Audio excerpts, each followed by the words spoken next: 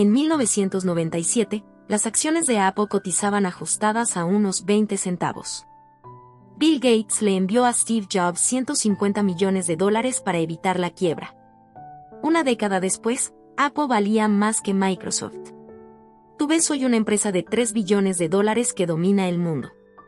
Pero en el cuarto trimestre de 1996, Apple era un cadáver financiero que aún respiraba por inercia. La compañía perdió $816 millones en solo 12 meses.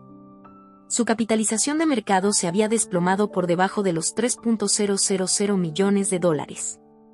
Tenían suficiente efectivo para sobrevivir exactamente 90 días antes de cerrar sus puertas para siempre. El mercado ya había firmado el acta de defunción de la manzana. La prensa especializada no tenía piedad con los números de Cupertino. En febrero de 1996, la revista Business Week publicó una portada con el logo de Apple en llamas y un título brutal: La caída de un ícono americano. Los analistas veían una empresa con 81 productos diferentes y ninguna dirección estratégica clara.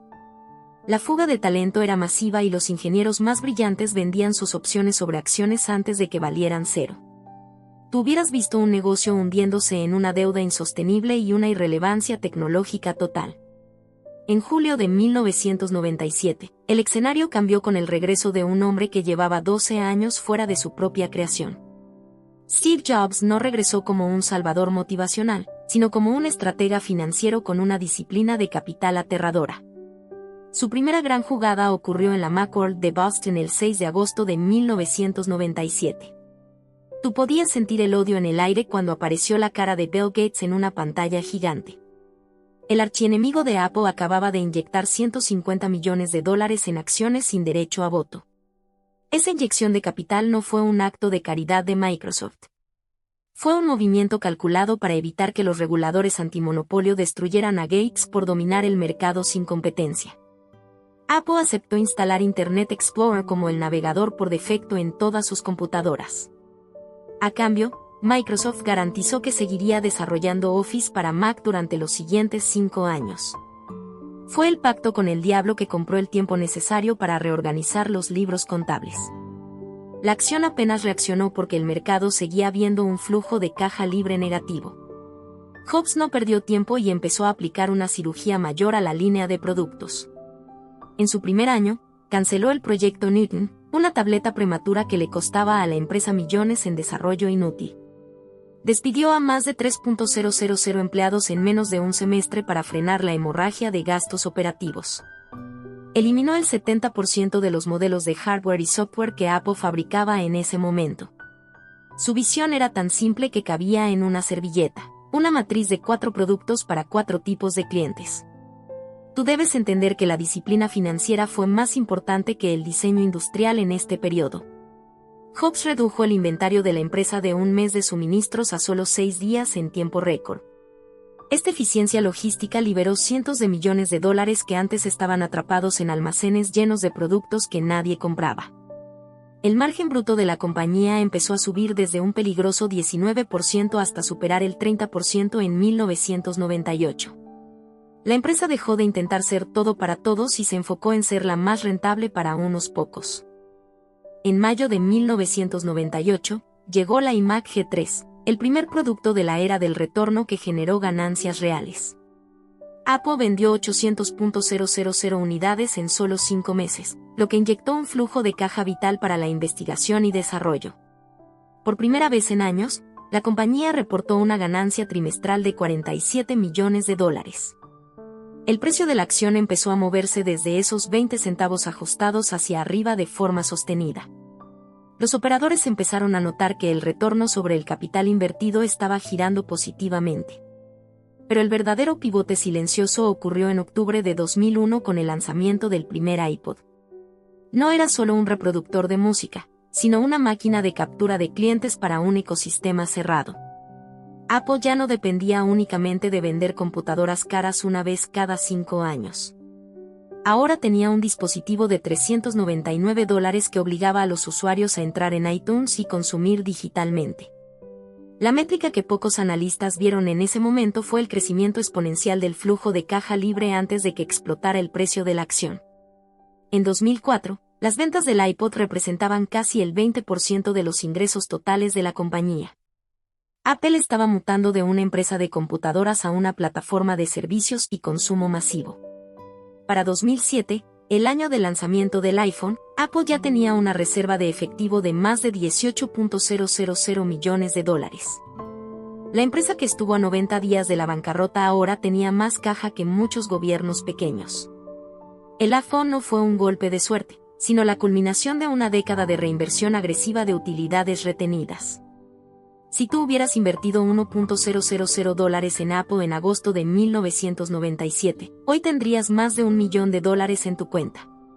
Esos 20 centavos de dólar representaban el punto de máxima capitulación del mercado frente a los datos duros. En ese momento, la relación precio-ventas era ridícula porque nadie creía en la capacidad de ejecución de la directiva. La lección financiera aquí es clara. El valor real se genera cuando la eficiencia operativa se encuentra con una ventaja competitiva estructural. Apple dejó de quemar billetes para empezar a imprimirlos con una precisión casi quirúrgica. Los números año tras año cuentan una historia de crecimiento que desafía las leyes de la economía tradicional. El revenue de Apple pasó de $7.000 millones en 1997 a más de $380.000 millones en las décadas siguientes. Sus márgenes netos se expandieron hasta situarse por encima del 25% de forma constante, algo casi imposible para un fabricante de hardware. La compañía gasta hoy más de $25.000 millones al año solo en investigación y desarrollo. Es una máquina de capital compuesta que devora sus propias acciones a través de recompras masivas de miles de millones de dólares. Hoy tú ves a Apple comprando sus propias acciones por valor de $90.000 millones en un solo año fiscal.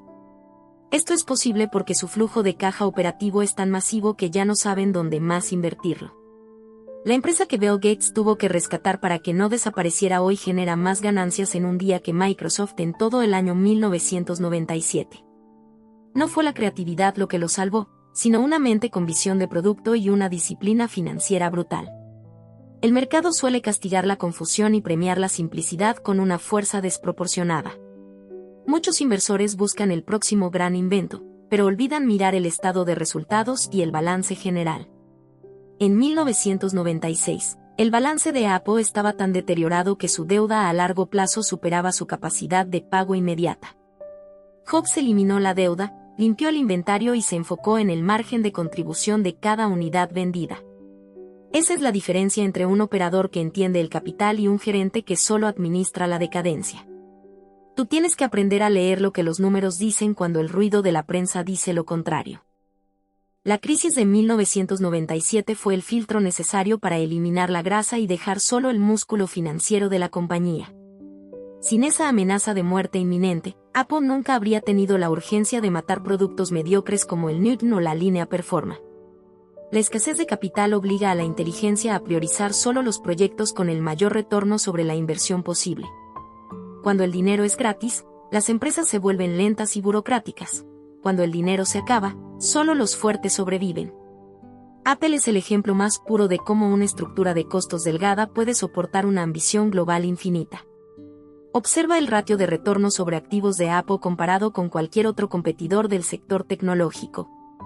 Mientras otros queman capital en adquisiciones sin sentido, Apple construye sus propios componentes para controlar cada centavo del margen.